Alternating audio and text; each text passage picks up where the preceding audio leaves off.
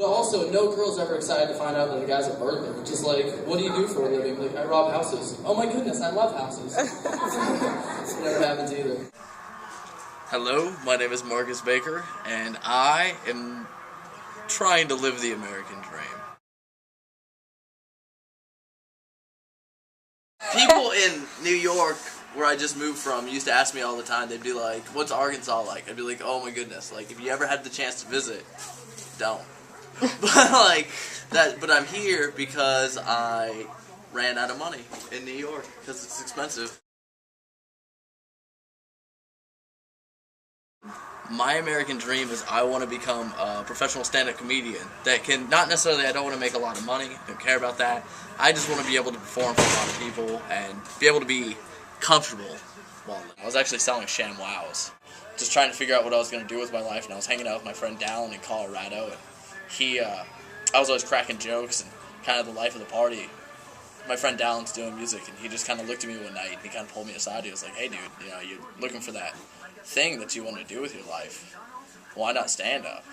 And it just hit me, and I was like, "Yeah, that's a good idea." Said bye to all my friends, moved in with my brother in D.C., and just started doing comedy from there. When I was in D.C., I got a job with Outback Steakhouse, and I lived there for a year. Just kind of decided to move to New York randomly. Transferred with Outback Steakhouse, and I was also making money on the side doing comedy. That's the one thing that I really learned.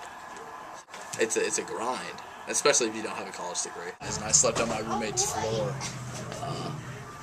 kind of rent-free. I did that for about 3 months. And then all my money that I had saved up, I just kind of went through it. And I was living off, people have heard the ramen diet, man. I was living off the let's save this ramen for 3 days diet.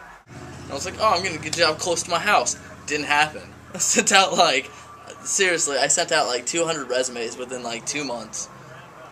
Applied at so many jobs, everything. Yeah, there were no jobs in New York. There's 3 billion people, but there may be 200,000 jobs. Definitely times where I just didn't have enough money to eat. It was just I'd go a day and a half, and I'd have to scrounge through couch cushions and stuff to find 50 cents to go get something down at the corner store.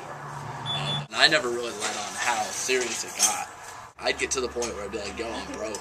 Can you send me 25 bucks?" On the side, I was also doing I was trying to do commercials and acting and extra work in movies and stuff like that. I was in just anything I could get, I was really taking.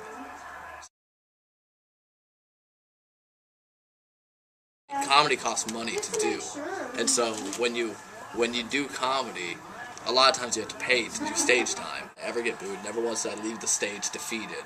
And so to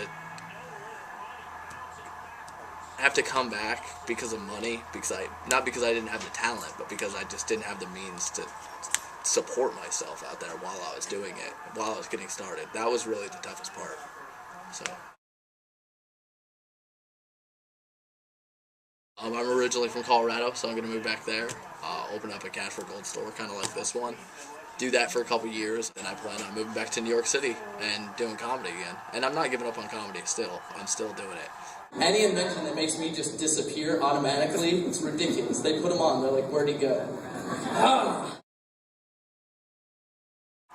Dream big dreams and live your dreams big.